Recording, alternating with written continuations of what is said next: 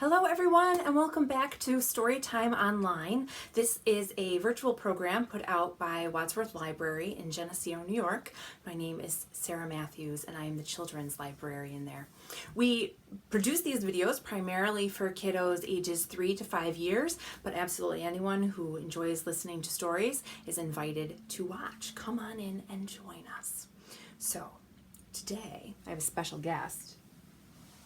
I want to see if you can help me figure out what our stories are going to be about today. What animal? All right. So, who's this? What animal is this?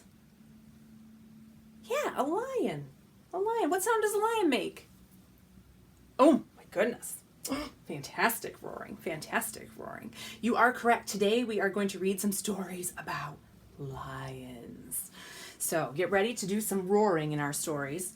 We are going to start with our first story called Sunflower Lion, written and illustrated by Kevin Henkes and published by Green Willow Press.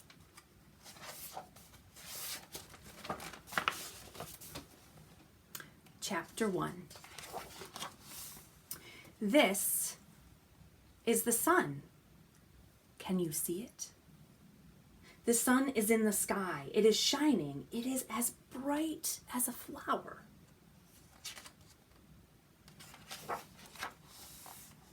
Chapter 2. This is a flower. Can you see it? The flower is growing. It is growing on the hill. It looks like a little lion. Chapter 3. This is a lion. Can you see him? The lion is running up the hill. He smells the flower. He warms himself in the sun. Chapter 4. The lion sleeps. He dreams he is in a field of flowers. The flowers are as big as the sun. The flowers are cookies. And the lion eats them all. When he wakes up, he is hungry. Chapter 5. The lion runs home. Can you see him? No, you can't. He is running too fast.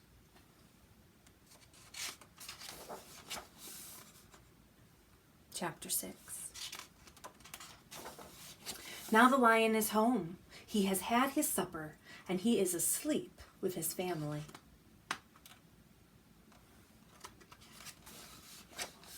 He is happy. Can you see him? Yes, you can.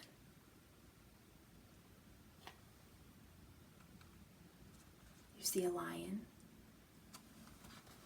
Do you see a flower? Do you see the sun? They're all there. The sun, the flower, and the lion.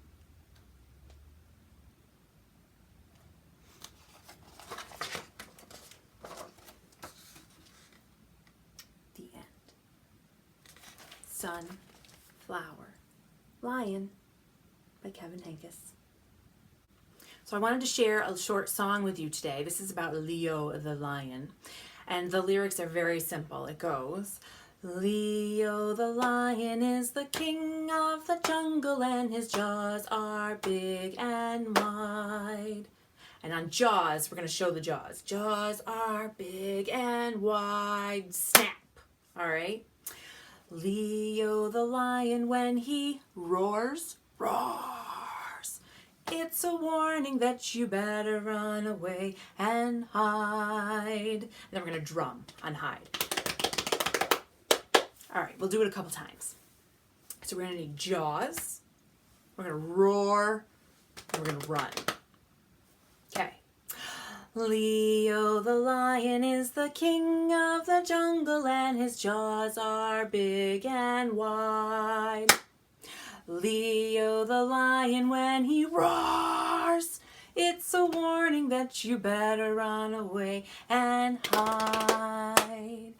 Leo the lion is the king of the jungle and his jaws are big and wide.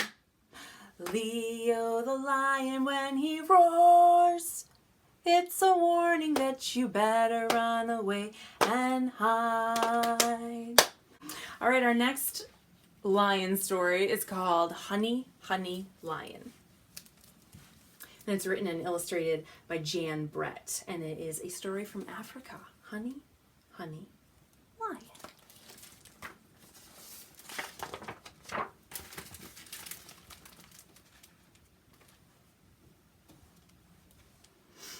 In Africa, the honey guide and the honey badger are partners when it comes to honey.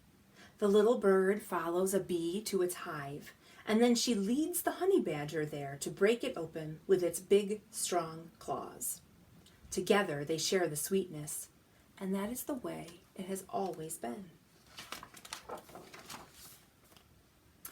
Maybe this day Badger was hungrier than usual. Maybe he forgot about Honey Guide, who showed him the way. Or he could have been thinking, my strong claws do all the hard work. Whatever the reason, that day, Badger would not share. Honey Guide scolded Badger as he waddled back to the jackalberry tree, his tummy almost touching the ground. She fussed and fumed as she tried to fit into his burrow. Finally, she cried out for all the animals to hear, no fair, no fair. Soon, all the guinea hens were broadcasting the news. Honey Guide is in a major rage. But Badger didn't hear. He was sound asleep, smiling, snoring, and hiccuping from his big meal. Grrrumph, Badger roared out the loudest hiccup of all, and its deep, low rumble gave Honey Guide an idea. The next morning, Badger woke up hungry, his tummy flat as a pancake. That's when Honey Guide flew by, heading for the great gray baobab. Honey, honey, honey, she cried, grinning. The little bird zigzagged over its large roots. Pitter-patter. Badger ran after her. Pitter-patter. Honey Guide flew low across the waterhole. Splish, splash. Badger paddled after her. Splish, splash. Honey Guide glided to the top of a termite mound and bounced on one foot. Sprung!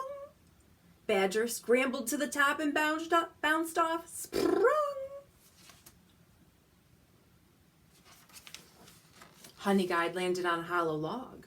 It echoed as she stomped across. Boom, boom. Badger hurried to catch up. Boom, boom. Next, Honey Guide flitted through a stand of papyrus. Tall, dry reeds waved back and forth, clickety-click. Badger traipsed along, muttering, where is that honey? The papyrus rattled as he went by, clickety-click. Honey Guide led him through a field of golden bristlegrass, swish, swish. Badger huffed and puffed. But the thought of the delicious meal waiting for him kept him going. Swish, swish. By now, Badger was tired and wet, itchy and sore. But he didn't slow down because Honey Guide was just a little ahead of him. She flashed her wings, fanned her tail, and dove under an acacia tree. Badger charged after her, singing triumphantly, Honey! Honey!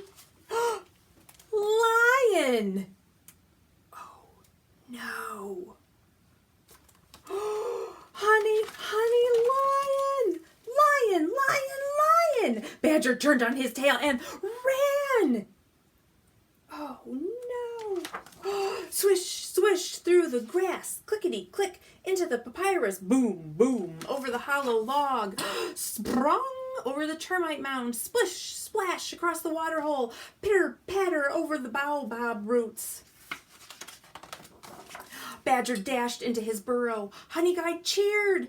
In a flash, Badger was far from the entrance as he could be. Right behind him was Lion's huge paw batting the air, but he could not reach him. And that is the closest any animal could be to an angry lion and live to tell the tale. That evening, mongoose squeaked to elephant, who trumpeted to hippo, who bellowed to warthog, who squealed to bishop bird, who piped to hyena, who whooped to zebra, who snorted to giraffe, who was overheard by guinea hen, who bugled it far and wide. It was the bush telegraph, and it said, "If Honey Guide leads you to a beehive, be sure and reward her, or next time she will lead you to a lion."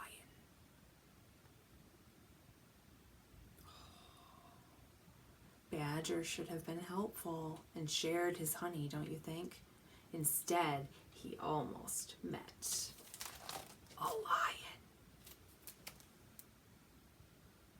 Honey, honey, lion.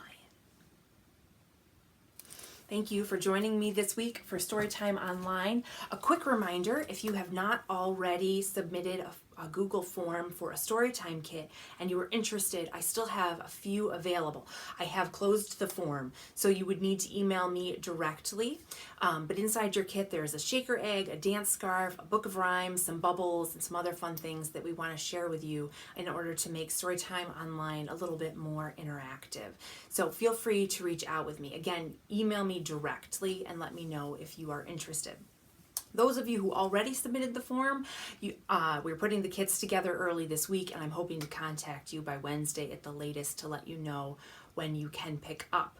We will have a lion craft in the Storytime kit to tie in with today's story, and it is a perfect opportunity for you to practice scissor skills with your little one as they cut out the lion's head and then get to snip, snip, snip some of the yarn to make a mane for their lion.